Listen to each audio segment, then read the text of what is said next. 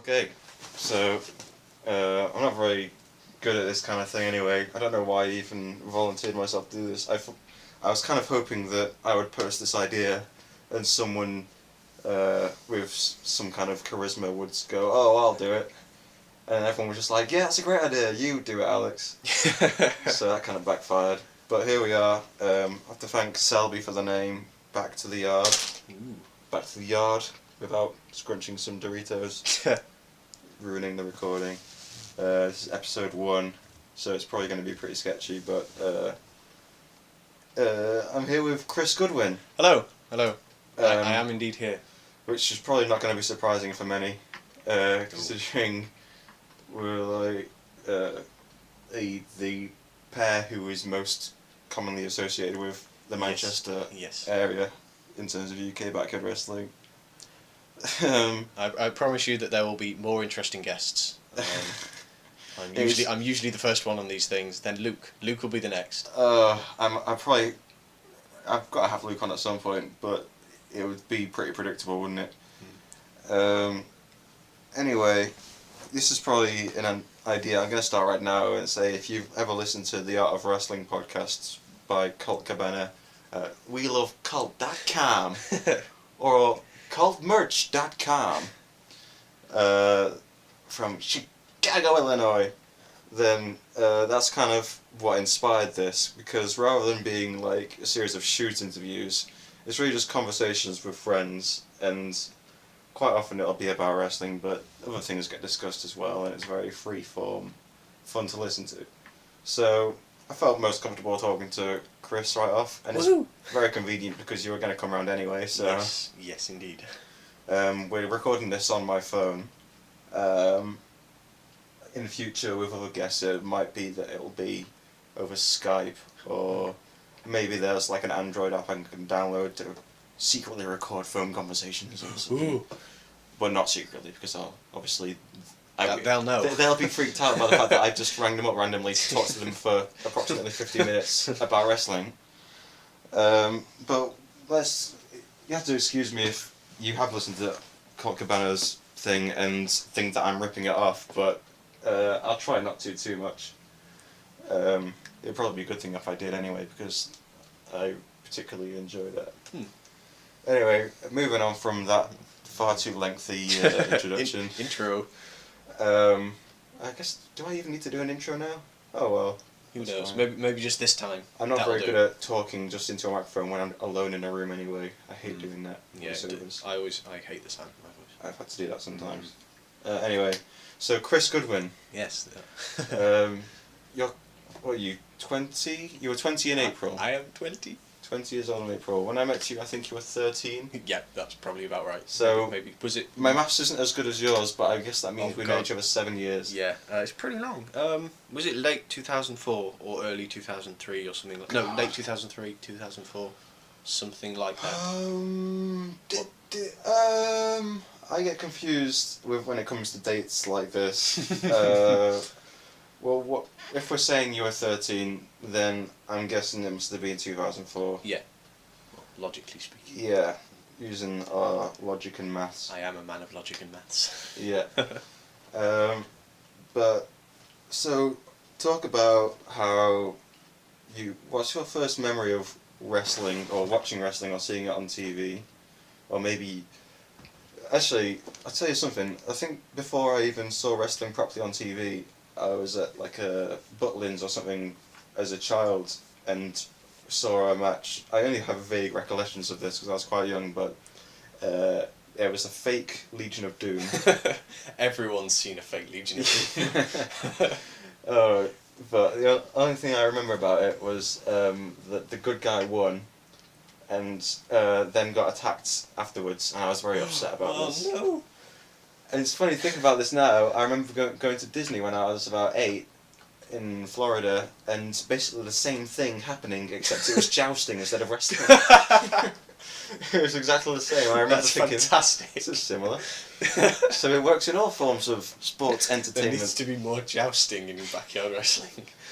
And I don't wrestling, know. and wrestling in general, I think. When jousting, you do a double clothesline spot, is that like jousting? I don't know.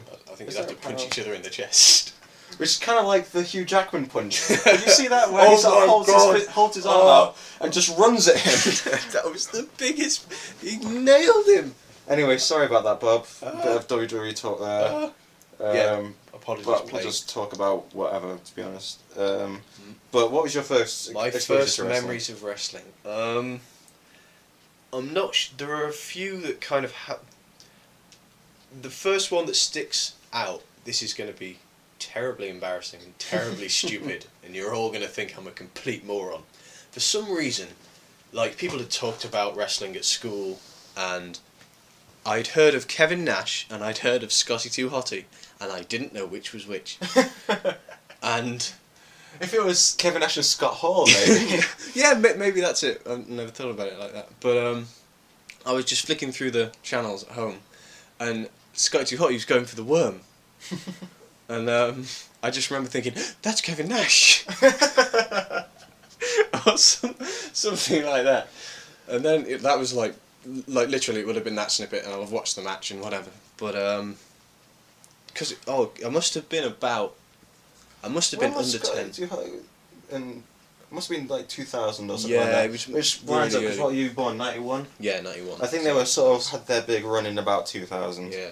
So, but the thing is, at the time, I was having swimming lessons on a Saturday morning at about 11 or 10. Just And at the time when the wrestling Yeah, just was when on. the wrestling starts. Now, I'd usually get away with watching the wrestling for like 20 minutes or something, and it's like, right, Chris, we gotta go swimming. You know, parents moaning at me and whatnot. So, really, my first memories of wrestling was the undercard of SmackDown, and so they were my favourites. Like my favourite, I like Rikishi and Too Cool because they danced, and that was cool. Imagine if it was modern day. You know, the kids of today who have to go to their swimming lessons. Who would They probably like Teddy Long. I don't know.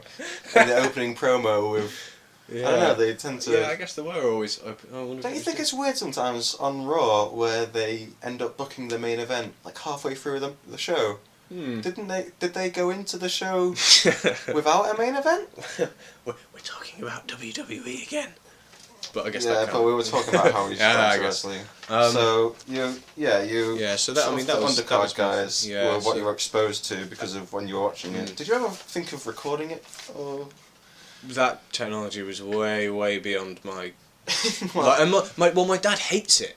My dad completely hates it. So he just wouldn't be having it. It wouldn't be because we'd probably have to leave the channel on. Yeah. For it to be recorded and stuff. So, it was even as late as. I think it must have been. It must have been as late as when was the earliest? When did Lesnar wrestle Hogan? Oh, I'm gonna guess 2003. I'm not sure. I think Hogan came back in 02 or 03. Yeah, I don't know, but that was another one. But I know that was his last match in WWE before he left. That they gave the rub to Lesnar to sort of put him out. Yeah. I'm not sure. That's probably not particularly in order, but that's definitely a memory as well. That's not that long ago. I remember SmackDown being on. You didn't get Raw, but you got SmackDown on Sky One. Yeah. I never had Sky Sports. Yeah. It was just Sky One.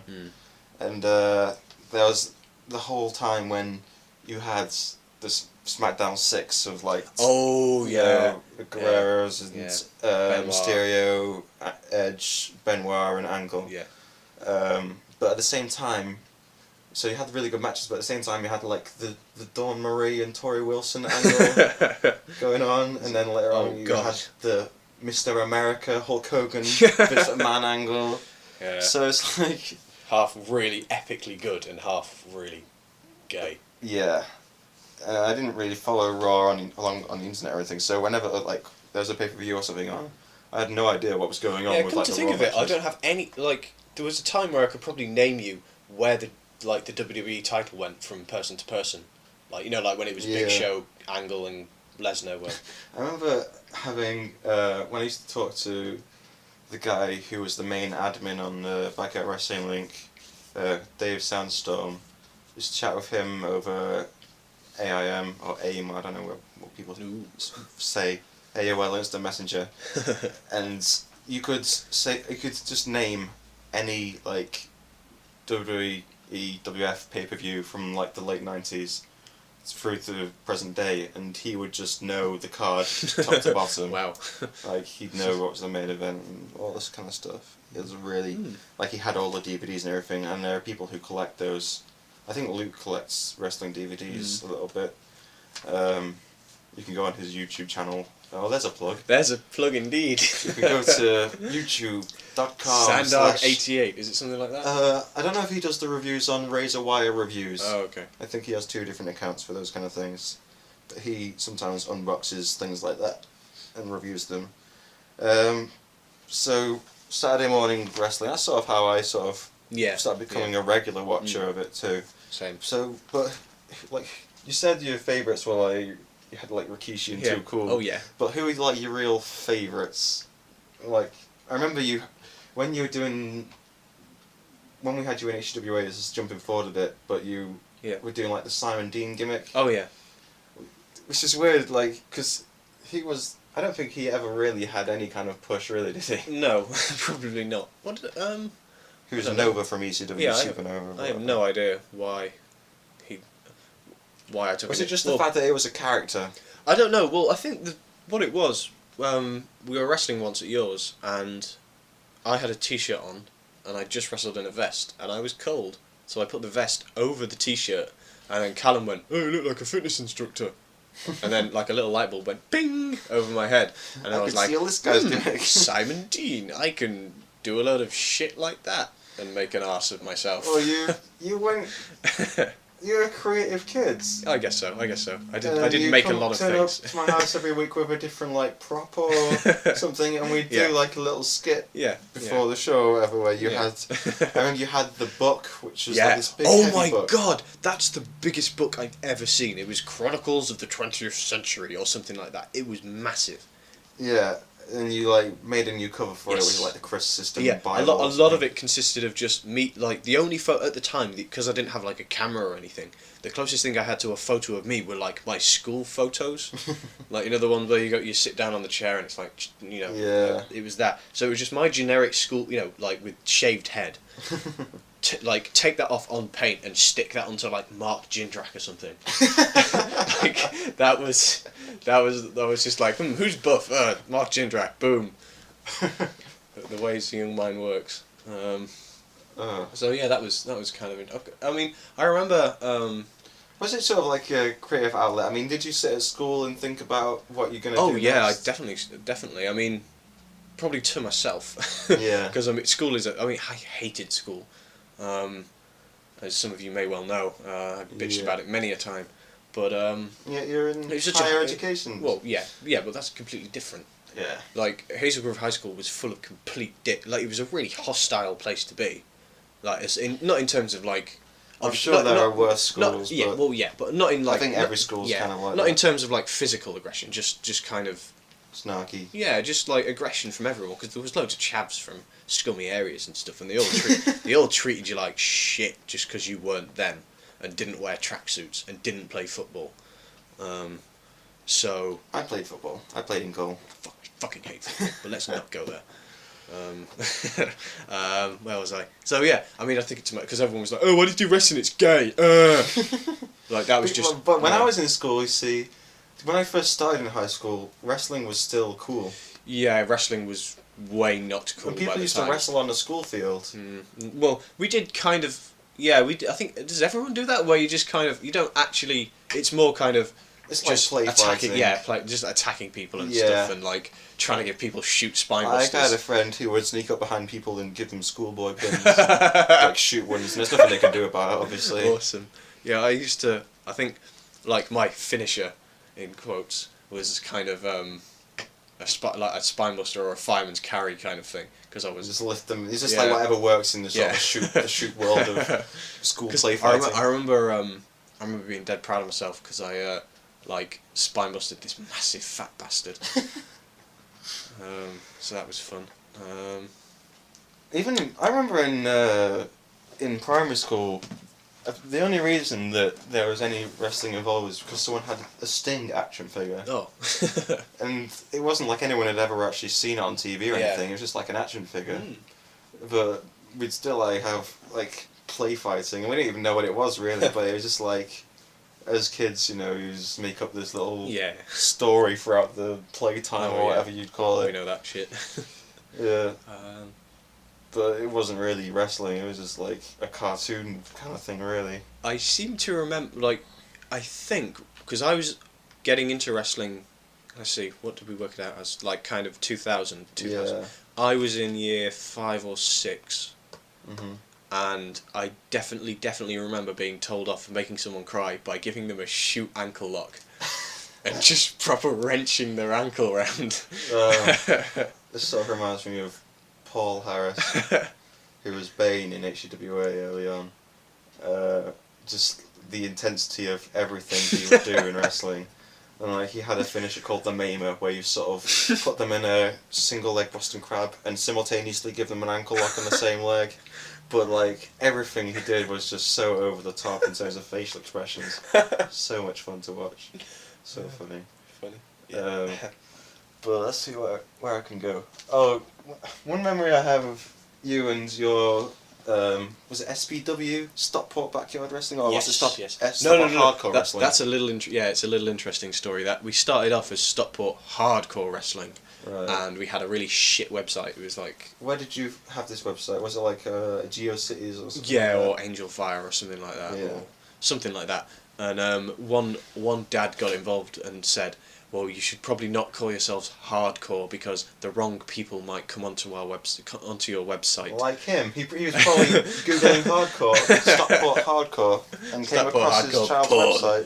website. So yeah, then we changed it to Stockport Backyard Wrestling. Okay. Very original. And Yeah, we went round putting stickers on things. You had us beating on the promotion, I suppose. Oh yeah. But I remember the website proudly proclaiming that you use such weapons as cardboard boxes. Yes, a cardboard box. Well, it's like a table, but smaller. Like tables, but smaller. Because well, we all know that bumping through a table is fun. It doesn't hurt. So hey, cardboard boxes. I have very few table bumps under my belt, you know. I have a few. Well, it's all pasting tables really. There's the Misco frog splashed me through a table. Ooh. Oh yeah. Plague, give me a reverse Fishman Buster through a table. Britfest, whatever year it was. That was. I'm thinking 08. Yeah, 08, I think. And I can't think of anything else off the top of my head, to be honest with you. Let's see, my table bumps. The first table bump I took was off Callum, and it wasn't even a piece of wood. Well, it was a piece of wood. It wasn't really that table-like. Imagine like an airing cupboard door, but one that's, you know, when they've got like slats through them. Yeah. It was like that, and it was on the field. Do you know where that lacrosse thing is? Oh, there's yeah. Like this. That's sort of like the birthplace of HGWA, really. Yeah, there's this field that it's very near my house, and it's got I don't know, is it like a lacrosse net or a cricket pitch score thing? Well, the lower bit is a cricket field. And the upper bit is a lacrosse thing. Yeah, and on the cricket bit, are you talking about those big sort of the metal structures? Frame, yeah. Which they would hang sheets from so that you can see the ball coming at you when you're having it bowled at you, basically. Oh, is that? Did you not know the reason why? I've never seen them being used, ever. Not once in my... If you ever watch cricket on TV or if you go to a cricket match, you'll see that they switch it round between innings or wherever's being bowled from, so that when the ball's coming flying at you, this red ball has, like, you can see it that clearly. makes sense. Oh wow, I never knew that. Well, you learn a new thing. Well, my granddad used to play cricket and he was an umpire for much longer, actually, so that's how I know that kind of thing. Anyway. Yeah, so it was just kind of up against that, and just kind of leant up against that, boom, and I think he gave me like a choke slam through it, and I think I have a scar to this day. Did it bleed? It didn't. No, it wasn't. I don't know. It wasn't that bad. It must have just been quite deep. I'm not sure. Can you see like a little line there? I can see a bit of a line. Like yeah. I don't know if I'm imagining it just because you're sort of I guess drawing a line with your finger, but yeah. So that was my first ever table bump, but that doesn't really count. There was the famous HGWA blooper clip where you give Callum a Goodwin. Yeah, sorry, through the door. Was it a door? Door, yeah. Yeah. But, well, the thing was, he gave me a sky high off the bin through one side of the table and won the match. And then, because the door had just broken but hadn't split into two. We just flipped it upside down and I Yeah. gave him the Goodwin, and that went into your groin. Well, it wasn't the table. It was the Like the leg thing, the slats, bread crate. The bread crates. Yeah. So yeah, that was one. There was obviously the 3D at Brickfest. Oh yes, that was quite a popular 3D. one. Quite a popular. Well, I thought, because was. Oh no, that's a different story. I'll tell that in a second. Yeah, I was like, I'm not being eliminated by anything other than a 3. Someone in this match is doing a 3D. There was no way that wasn't happening. So yeah, and then there was the Money in the Bank, where I bought the 2 tables. Yeah, I didn't really go through it. Well, I suppose I wouldn't slam through it. I gave Ace and M1 through it. Oh yeah. So is there something else? I'm sure there's something else somewhere. Probably. Don't know. There's probably going to be some people that I would end up interviewing, and if I asked them to list every table for me, it would probably be the whole hour of the interview. Yeah, Probably. I'm not that hardcore, really. No. But what was I saying? Oh yeah, when you guys first came up, because it was basically like me, Paul, Callum, and Callum's mates, which was like Mike originally. I met through Callum, and there were some local kids who never really took it very far. But we had our thing going, and then you guys came along, you and 3 or 4 Yeah, it was mates. three of my schoolmates. There was, And it's like, I know Callum and Mike are 2 years below me and Paul, and then you're 2 years below yeah. Mike and Callum. Yeah. So there's a bit of an age gap there. Yeah, definitely. So it's like, oh, what are these kids, whatever. But I remember the fact that when we eventually got you wrestling with us or whatever, you used the ring base or whatever. You're all calling moves based on what they're called in SmackDown games. Yeah, literally, like, to the letter. Like, we'd be like, oh, you know how, like, clothesline 03? Or I think, like, running clothesline 03, you know, when you go into the grapple and like seriously, but, like, because we spent all of our time... Was it Here Comes the Pain? I think it might have been Here Comes... Yeah, it was Here Comes the Pain or the one before that. Shut Your Mouth was the one before that. It was either Shut Your Mouth or Here Comes the Pain. We knew the moves perfect, like... that was Flash basically Magic 8. yeah, stuff like that, because we didn't really, I didn't have the internet until really late. I know, it considering was quite a long time. I was in the Stone Age for a while. Yeah, like you didn't even like have MSN No, or nothing, get on the forum or anything. Yeah, because it was just we just had dial-up for ages. Yeah. But where was it going? Oh, was terrible. Yeah, so we that was the only wrestling outlet that we had to kind of. We knew some of the basic stuff and F5s and angle slams and rock bottoms, but you can't really do that. Once one person's got the rock bottom as a finisher and one person's got the angle slam as a finisher, you have to start kind of thinking about it. And SmackDown was where we got all our moves from.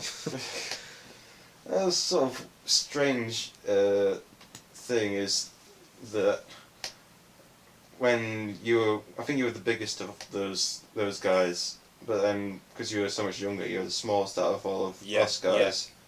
So, not that you had like a ton of experience coming in anyway, but you did sort of have to adapt a little bit. Then it's them SBW days when yeah. That was... Well, everyone else... I was going to get a bit big-headed here, but I was the best one out of those guys. Well, none of them ever did anything, so... Well, the thing was, I was the biggest out of us 4, and then... So, like, obviously we had to, like, split up who does what moves. Yeah. So, I could only do, I don't know, like, the pump handle slam 1.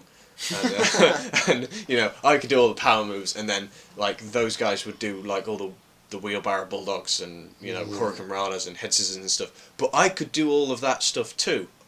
Just not on them. Yeah, well, I mean, I think, do you remember Luigi? There was Yes. One of my friends was called Yuji, and, Alex He's misheard, Japanese, isn't he? Yeah, Japanese, and Alex misheard that as Luigi, so he was... That was me and Paul kind of stupid in-joke. Luigi, look! Let's not get too deep into... Oh, God. No. Because no one will understand it. Apart from Mark, and possibly John. Anyway, so then I was with those guys, and you were kind of training us up like a kind of style, academy kind of thing, just kind of... Not that we knew that much. Oh, this reminds me of a good story. When when I first went to training, I went to training at Future Shock Wrestling in Manchester, which is still open, still doing quite well. But when we went, it was sort of quite new, and I went with Woodsy the first time, and I think Callum came along another time, and at one point I remember Mike and Rick, who was an HGWA guy, going as well. There's a bunch of stories I could tell about this actually. But, one little thing about Rick was they had like a practice match at the end of it. It was just a rumble with all the younger guys, the newer guys, whatever.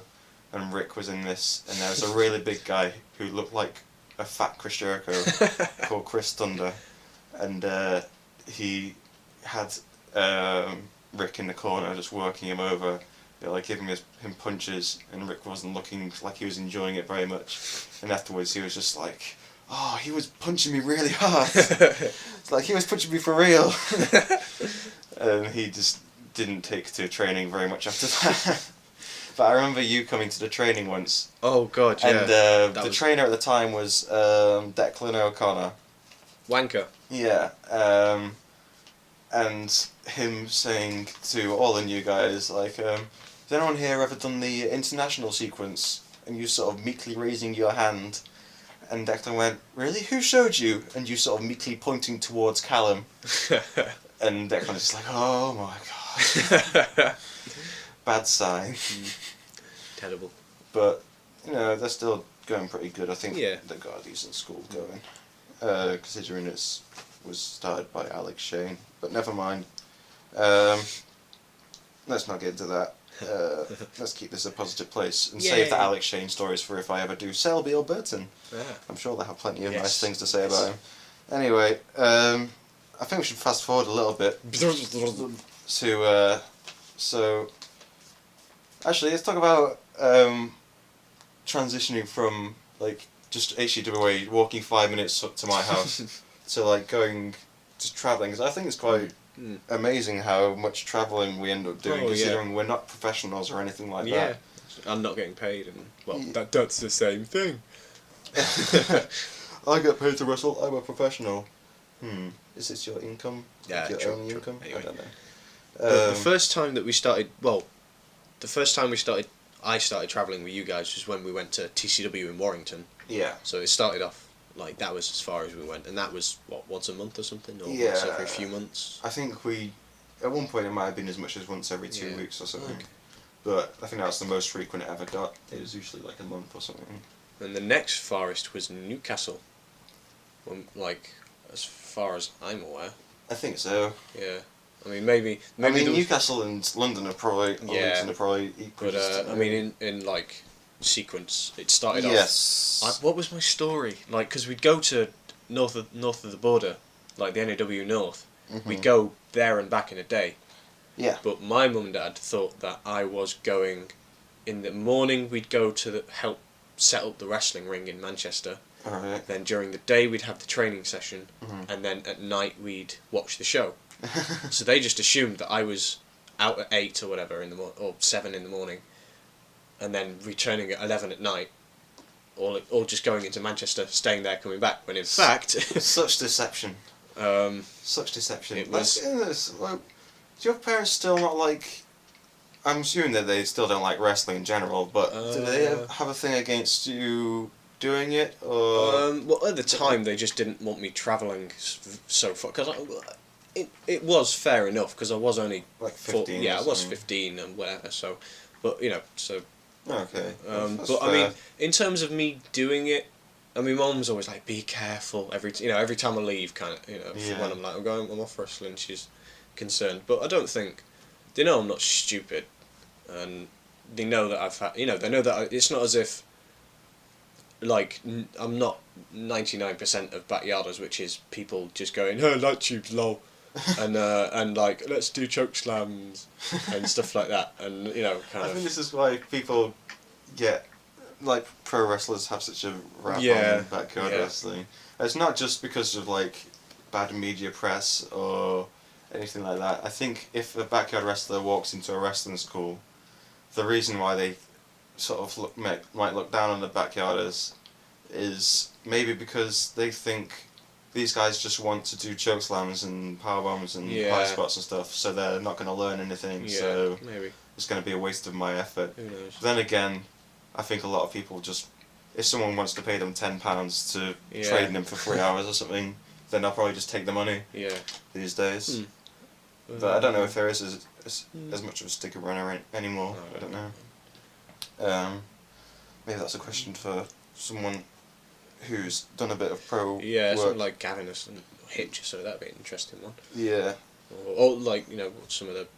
I'm not sure how to approach this kind of thing, because I don't know whether I'm going to sort of post this privately or hide it or just post it on the UK... That's a good point.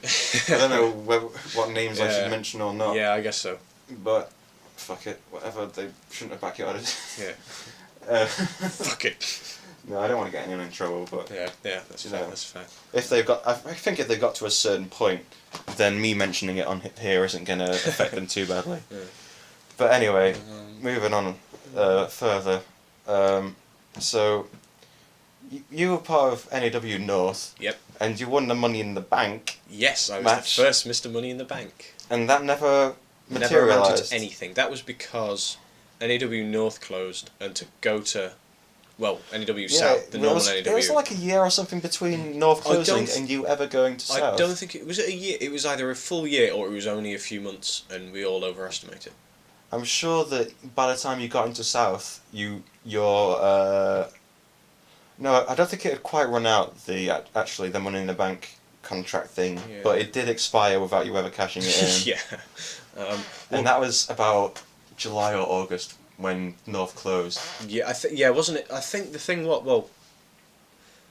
because NAW North closed and that was just a day thing, I couldn't get away with going to South because that was a 2-day thing. Like, they wouldn't let me stay over. So what changed for you? Was it just the fact you turned 16 or whatever? I think it's pretty much that. I think it must have been NAW North closed. Come on, Dad. I'm 16 now. Yeah, something like that. So, I mean, NAW North closed, and then the next show, it was whatever the show was where it was Coldfest in January. Oh, yeah. January 07. Yeah, you versus Blaze. Yeah, that one. That was the one. That was my first. Which I missed because I had to go and check into a hotel with Dell. Dell. Because he was freaking out that we wouldn't check in time or something. Okay. Anyway. But yeah, that was. I really enjoyed that match. And, I remember Ads coming up after me after the match and saying that he liked it. And I was like. Ooh. Actually, let's segue that into. So when you first got into wrestling with us on that at HGWA, you didn't have internet. Zero internet. All I saw, the only wrestling I saw was like comps and stuff that you'd show me at your house. Yeah. So I mean, I know perilously little about that kind of era. So, but once you did sort of start seeing more videos and stuff, who do you remember sort of standing out at that time to you? Fuck. I mean, what feds did you like the most? I really liked NMW. Because I think with NMW, a lot of people would say, because they were sort of on purpose, both of them were sort of competing with each other, NMW and BBWF. Yeah. I think in the test of time, people will probably look back and say BBWF was superior. Yeah. Most people. I suppose that's a controversial point. Yeah. And it's not like NMW had bad people. Yeah. Well, they had some bad people. But they had good people as well. But that's about... I think that's about 2005 when, like, Steve swapped ships over to NMW, controversially. But yeah, I mean, I remember really, really liking NMW. I'm not... I have no recollection of BBWF at all from that kind of time. I don't know... I have no idea why. But I do remember, like, downloading NMW quite a lot. I just enjoyed the shows, kind of thing. Like Mannix, like Reckless. Yeah. So yeah. I actually went to NMW. You did. The first time, I actually it was. When you go to your dad's? I went 3 times. It was because my dad lived in. He lived near Gatwick Airport, basically, and NMW was in Lower Kingswood, which is near just south of Sutton. I think. I know that I had to go to Sutton and then get a bus from there. But I hate the London public transport system because it took me 3 hours legit on trains and connections and tubes and whatever to get from my dad's house to NMW. Wow. And then my dad picked me up and took me home afterwards, and it took us about half an hour. So it was just like, what the fuck is wrong with this place? Fuck that place. But I was being sort of a northern at heart anyway. Yeah, I guess so. Even though I was born in West Sussex. Little known fact. I was born in West Yorkshire. Yeah. Same place as Shirley Crabtree. That's Big Daddy for those not in the know. But first time I went, I wrestled Evo. Evo, yay. Yay. Wrestled Collis. And after the match, I took an impromptu double choke slam from Mannix and Johnny Funk Jr., which was fun. And then I think that was a Saturday or a Sunday. And then I went back on the Tuesday, just to hang out with Reckless and Mannix. Oh, cool. And beat them at No Mercy. Ooh. Which is ironic considering it's No Mercy Wrestling. I know. The irony is delicious. The ironing is delicious. So then I went back again, and I think I wrestled like Joe Fiore and Vendetta or something in a very forgettable match. The only thing I can remember about that is giving Vendetta a Trapper Keeper bomb. Someone once told me that at the time I would have had a good match with Vendetta. I have no idea who it was. Someone said anyone would have a good match with Vendetta. Someone said that our styles would work well together. I have no idea who I'm going to guess it was Nada. Because Nada was always high on Vendetta for some reason. Nada in his infinite wrestling wisdom. It could have been Nada, I don't know. But I wouldn't have, I have no idea. It was fun at NMW though because they had the nice homemade ring. Yeah, that was and, you know, always had a laugh with the people who were there or whatever. I went to BBW as well. I went to... Did you wrestle Ross? Yes, I wrestled El Diablo at Steve's birthday bash. Before I was really any good. So, luckily we've had much better matches since then. Where in no way have either of us nearly died. You nearly killed him. You nearly killed me. Okay, I think we're even. But anyway, and then I nearly killed him again at Britfest by nearly choking him to death with a crossface. You would have done us all a favour. Oh, come on. Ross isn't too bad anyway. Ross is nice. I know Ross had a bad reputation at the beginning, but... He did. That was when BBWF was going to do their shoot, but then didn't and just got stoned. One of my really good questions was like, Ross was a cunt, now he's not. What's the deal with that? It was, I think... I have a feeling that they did record something, but yeah, never released it or something. Like, I think... Where did I don't know, I think I followed this up sometime, and basically he was like, oh, I got into wrestling properly. I started enjoying it. The thing about Ross is that he's a massive fan of wrestling. Like, his ringtone is DX's theme at one point, and stuff like that. Where should I go from here? You were a fan of NMW. I was indeed. Which is what we were talking about 10 minutes ago. Oh yeah, like people that stand out from that era. Was that what you were? Yeah. Man, my memory's terrible. I can't think of anything. Well, like I say, I mean, I wasn't. Do you ever think, what if you were, a few years advanced back then? Yeah, if you could go back and be as good as you were later, and you were able to travel, where you would have liked to go? Oh, okay, who you would have liked to wrestle. I think about that sometimes. Well, I mean, obviously, if I was of a even earlier era, me versus GBH. Yeah. I couldn't not go through this without mentioning GBH. Because I just remember, I think that is one memory that sticks out, kind of you showing me like clips and stuff and like matches with GBH, and just me thinking, how the fuck does he do that? Yeah. What? And then GBH has always sort of stood out because he's sort of always had a different style to everyone else. It seems to me like he's tried to do things that other people don't do. I mean, I remember when I first was. There was an era in about like 2003 when there was just a standard backyard moveset. Yeah, I It guess was like Shining Wizard, Red Star Press, Code Red. It's basically Callum's moveset. But like everyone was doing one of those moves or some variation or something. And so GBH would stand out, and there are different people who stood out for different reasons as well. But yeah, one of my regrets is not being good and able to travel in like 03, 04. Well, I suppose anyone would say that, really. Aside from people who did it. Who were. Yeah. But I mean, yeah, I suppose it's taking a lot of credit away from GBH for me just being like, oh, bridges and hitting hard and stuff. But you know, that's just you obviously you don't just. I mean, that's sort of the nature of it though, because back then you couldn't. It was very rare. I mean, it happens sometimes, but it was very rare to ever see a full match posted, and to be so distant from the rest of the community most of the time up here in the north. Yeah.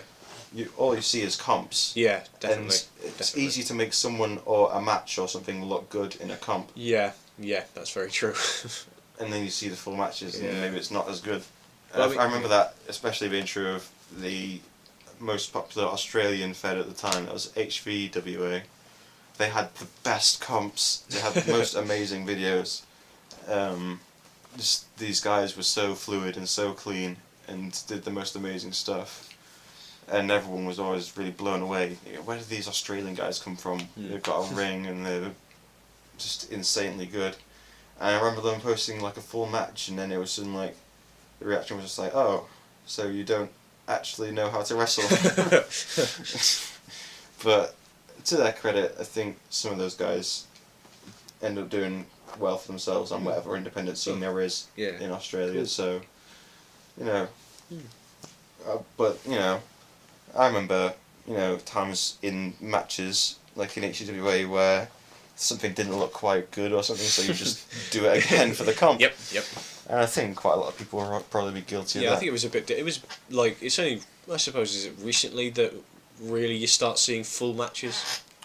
Well, not recently to these days. I don't know. I mean, when I said recently, as in a good parallel is like when NAW started properly in 05.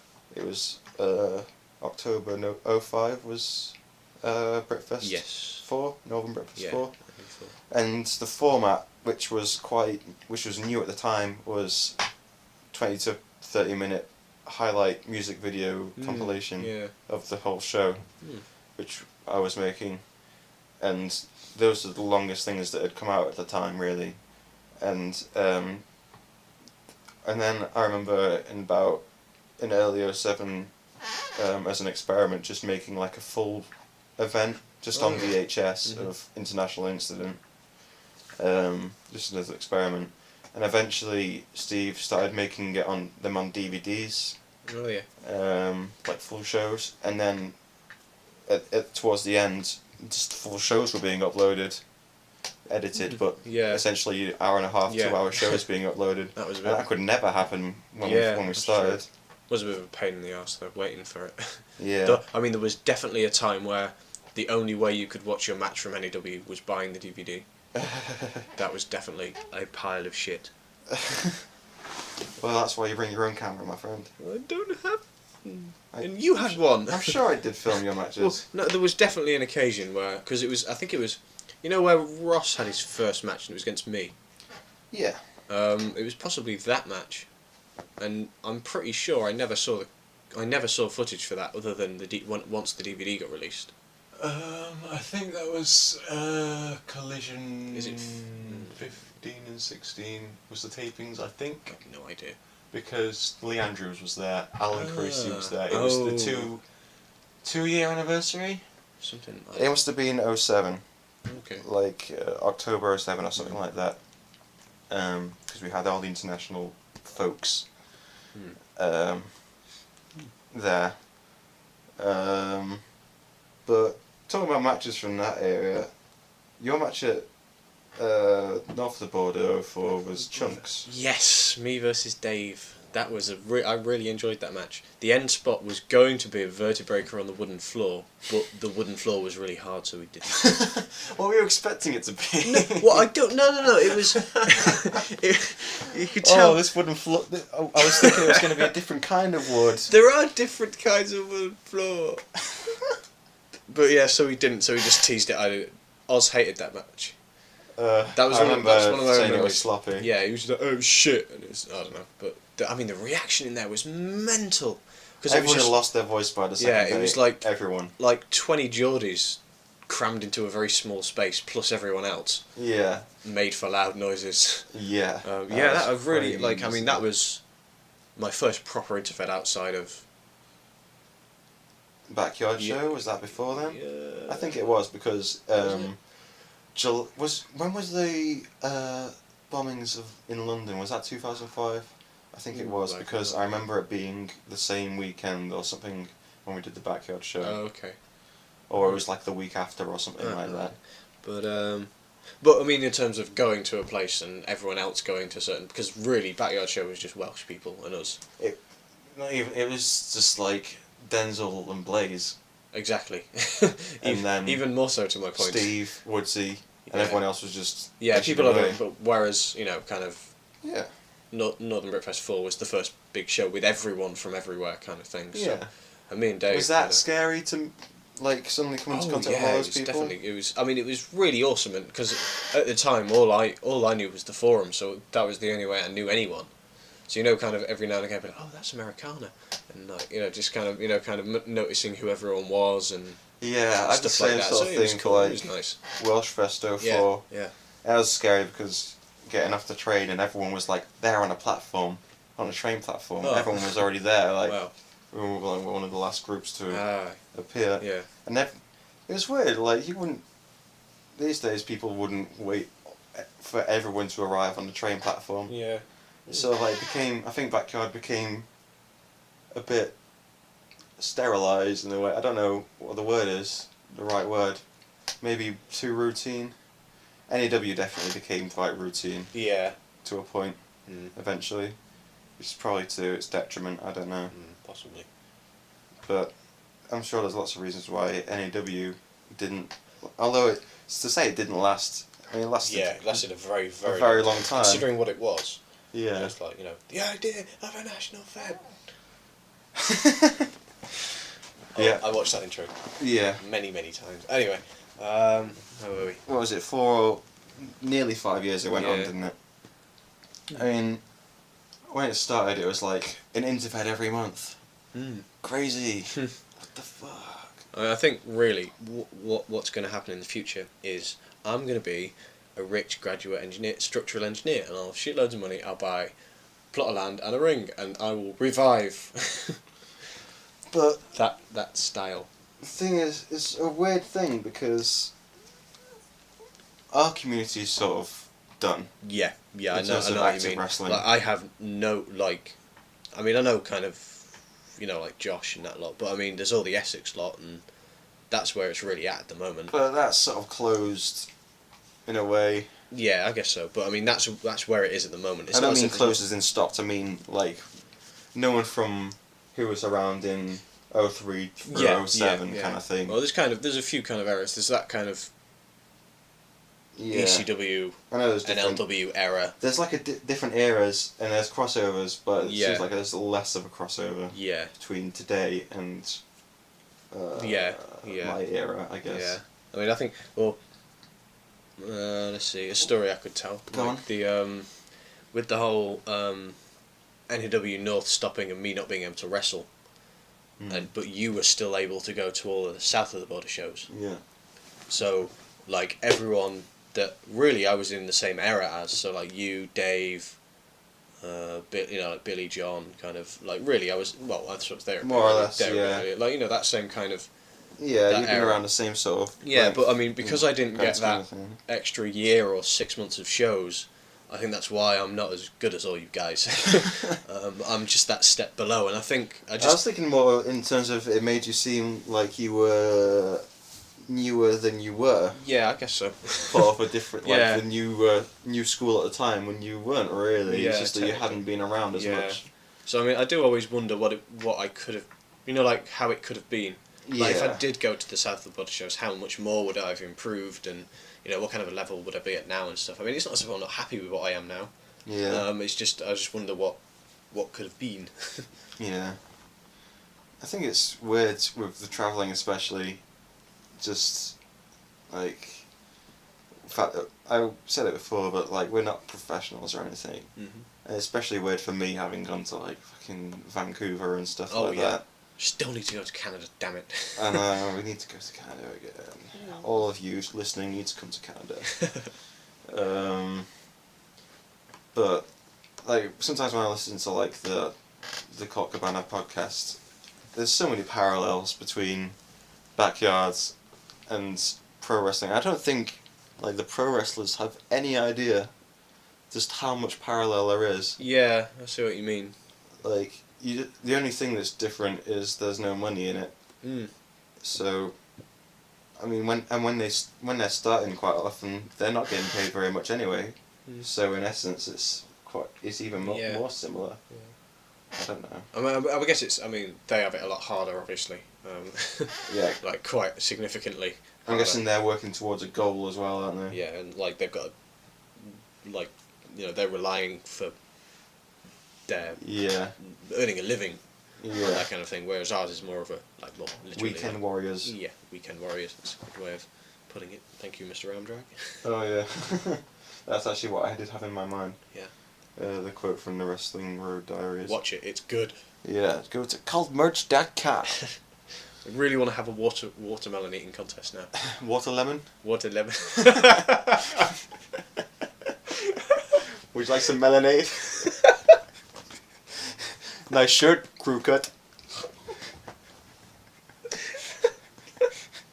This is just quoting Antonio Cesaro. Oh, fuck. We should get a water lemon. What the hell is that? What the fuck are you talking about? Oh, fuck. You might need to cut that up because no one will find it. Well, tell me a story about meeting Claudio Castagnoli and Chris Goodwin. Oh, well, it was... When was it? It was really close to when it was sometime when I say last year, I mean last academic year. And was it Gavin?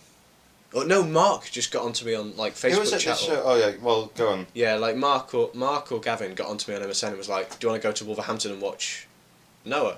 And I was like, "Yes, very much so."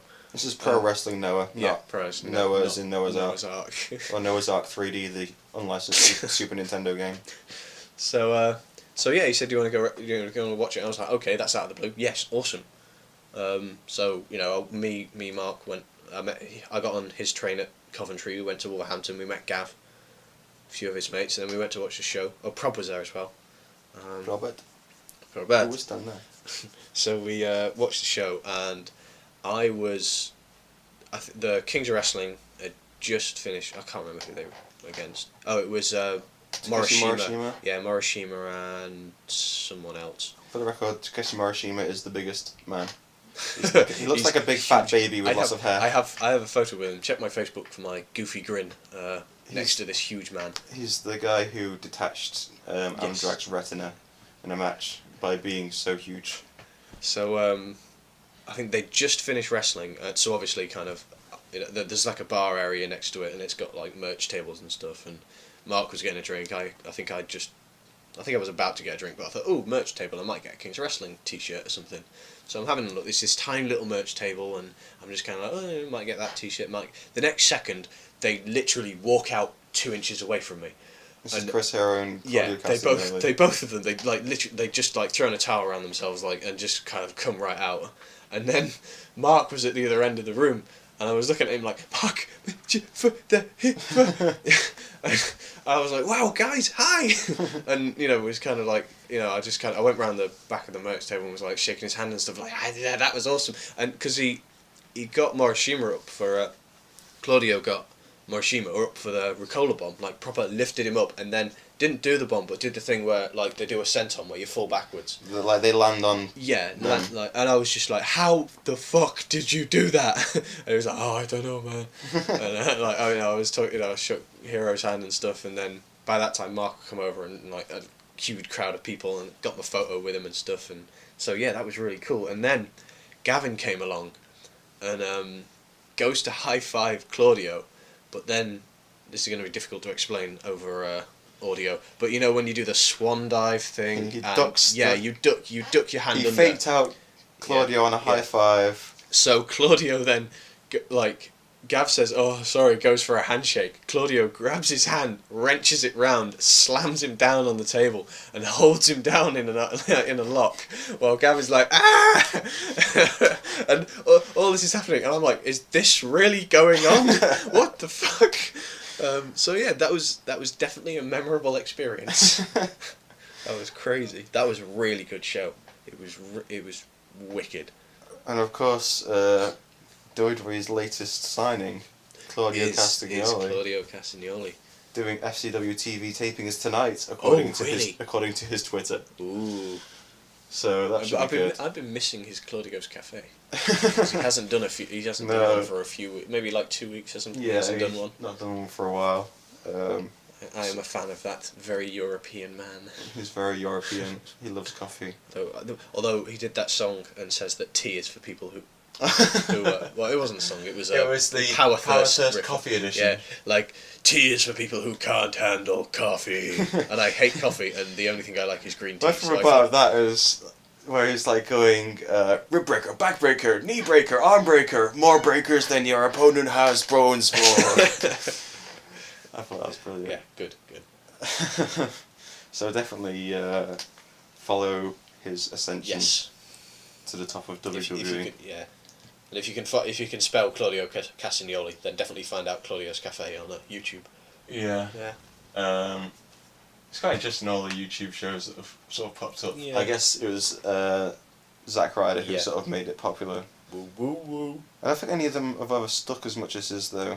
Mm. Like Daniel Bryan very briefly did something. Yeah, he's done has he only done like 3? Hammerlocks the Clown Music was one. Yeah, the other one was. What was it? I get confused because Daniel McCarvey did a similar kind of thing. Yeah. In I Suck Sticks, where he would show a different submission every week. I forget the name of the segment, but it's very silly. It's like putting where has been I Suck Sticks recently? Where has been I Suck Sticks recently? Yes, that's how it came out of my mouth. So that's where how has Sucks been I Dick recently? Well, I mean, I've been talking to Chew. I've talked to Chew recently about like work and stuff, but engineer talk. Yes, we have lots of Matty engineering talk. And we love it so. I don't know because the only person I speak to on the most regular basis from VCW is Dan, and we don't seem to cross paths as much these days online. I don't know what the reason for that is. Yeah. Just busy lives or something. Yeah, I don't probably know. no reason. Yeah, but so I'm not sure, but I think I heard some rumblings of another thing happening through Scott's Facebook. Like he posted a full match, I think. Okay. And said it was sort of like a teaser until more stuff happens, which it will. Oh, okay. But that was interesting, the fact that VCW died and then came back again just because they wanted to. With a much more hilarious name. Yeah. But because I remember asking them, why did you stop VCW? Because they came over very shortly after they stopped VCW. It's the last time they came over, or the most recent time. Not saying it's the last time. Although what are they going to come over for? What show? To see RCWA? I don't know. RWL? To be hosted terribly by us. Because we don't have anything interesting to show them in Manchester anymore. No. Well, Dan's visited Manchester like twice and already probably knows it better than I do. So, that's because I'm not much of an explorer. I always felt very subconscious about my tour guiding skills around Manchester, just because Dan was such a good tour guide of Vancouver. Yeah. Because he knows all the cool places and whatnot. Hopefully they come back at some point for some reason, even though Heatfest should have happened. We packed the ring away in 15 minutes flat, I'll have you know. That is Mr. Pardis. bullshit. I'm not talking about classic. Although he should probably host it himself. Go over Nada's head. Someone should write him a letter. A very strongly worded letter. Not this. No. What's his name? Hamid. Hamid? I don't. Dear Hamid. I don't fucking know. To the owner of the Riviera, the lake, and the Everything else that you everything you see here is mine. surrounding land. I think someone know- should be nominated to write a letter on our behalf, and I think that person should be Bazza. Yes, there's not enough Bazza in my life. There really isn't enough Do you Bazza. even- This is going to be a stupid question, really obvious question, but do you miss people? I fucking miss everyone. There's like When's the last time Oh. you saw anyone? it was. we went to WCWE. Yeah, that was the most recent time we saw anyone. Yeah. So, but I mean, before that, it was probably Mark. I've seen Gavin a few times. I've seen Mark that once. Yeah. I I haven't seen Mark for fucking ages. Yeah. I think we spent most of the time just going no. Toast. I think the last sort of RWL shows that like some of the BBWF guys showed there up was to were like the the start one- of this year, weren't they? That was Like like early Ads months of and this year. Billy and Ads, Billy. Oh, Uncle Billy. Uncle Billy. This is a great story. We've run over the time, but I'll tell it anyway. Uncle Billy. It was the booked match. The booked main event for this IDWL show was Cyanide Star. Shitty IWL guy. I mean, Oh come on, I'm you okay. you meanie. I am such a cunt. RWL. I'm the biggest cunt in the UK. You know what? UIW. The only knock on RWL for me is that when I go there, I feel like I'm an outsider. Oh, And that's not their fault, that's just because I don't feel like these are my people that I came into the backyard wrestling world with. So I sort of feel a little bit missing the old times. But that's Yeah, not so a the knock main on event them. was that. It was Ads and- versus Cyanide Star. Yeah. And the opening promo, Cyanide Star was the champion. The opening promo was basically consisted of Ads and Billy stealing the championship belt. They had a pikey gimmick. And I think before the show even began, they were both drunk. Oh yeah, Billy was living the gimmick. He was supposed to be drunk Uncle Billy or something, and he was Yeah. off his dit. Yeah, I still like the fact there's an RWL fan nation page for Uncle Billy. Yes. um, But then there was a subsequent segment where well, Or was it what happened was that they, in the promo, they took the belt and just sat with the fans in the crowd with the belt or Yeah. whatever, and in character for the whole show. They were in gimmick for the whole show. Just sat at ringside, and people would come up to them, fans would come up to them and buy them drinks, which didn't help matters much. And we didn't get to stay and watch this match. We had to leave. Oh yeah. But I'm sure it was fantastic. But you had all these like Scottish indie guys Oh, that God. that Corey somehow had connections with, who would come down, and these are like proper take it dead serious indie guys trying to get somewhere or whatever, trying to be the next Drew McIntyre or something. I don't know. Trying to teach Ads how to do lockups. Yes, and, when he was planning. and boasting about his tough enough tryouts and stuff like that. And just the contrast in the booking style. Well, on the start of the show, you had Dancing Lee Garvin doing his line salt attempts and doing. Was it doing or taking 10 clotheslines in a row? I can't remember what his gimmick is. It's either that he takes 10 clotheslines in a row or gives 10 clotheslines in a row. I suppose the latter makes more sense. Yeah, definitely. But he was against a guy who was basically, his gimmick was that he is covered from head to toe in felt tip pen. Someone who's just scribbled on. Okay. I think the idea was he was supposed to have a mask, but he forgot it or something, so he just drew on his face. I'm not sure if that's true. There's one thing you've missed from this show, and that is when they Uncle Billy saved Ads. That segment was fantastic. Go on. I think Ads was in the ring and Billy was in the ring, and they were like, "Right, who wants to buy our belt? We've nicked it. You can have it for $20. We need our money to buy drugs," and all this kind of stuff.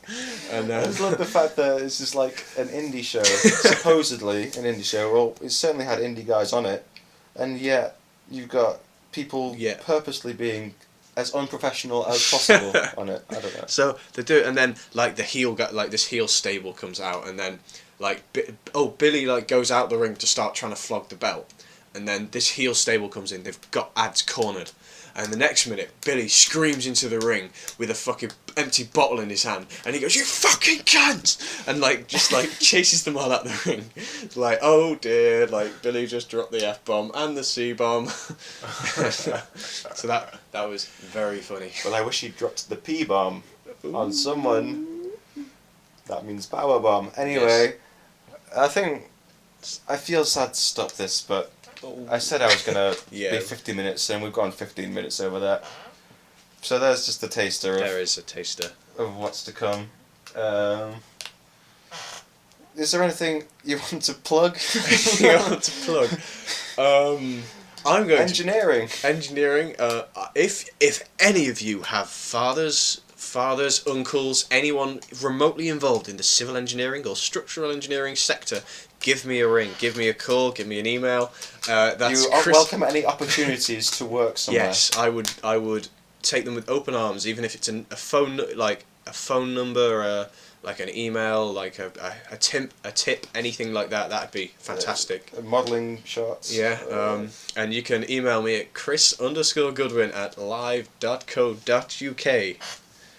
Or find me on Facebook. That's Chris Von Goodwin.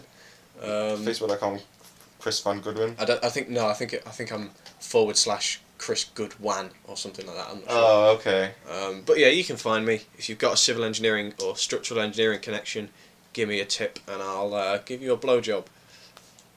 Okay. Cool. Let's get out of here then. What's this called? Go on quickly. You look like you want to say something. Say it's goodbye from me and it's goodbye from him. No. Oh, fine. So what's this? Back to the yard. Backyard wrestling may be more or less dead, but we can talk about it. Yeah. So, let's keep the spirit alive, and welcome to any feedback or suggestions. And I'm going to work out the technical hitches. I might make this on Thursdays just so it coincides with the art of wrestling. I don't know. Thursday just seems like the day when internet-related wrestling things come out. I think that's the day that Zack Ryder usually releases the True Long Island story as well. So maybe I'll do it that way. I don't know. That seems like a tenuous reason to do it, but fuck it. I don't know who the next guest is going to be. You can suggest if you want to be on it.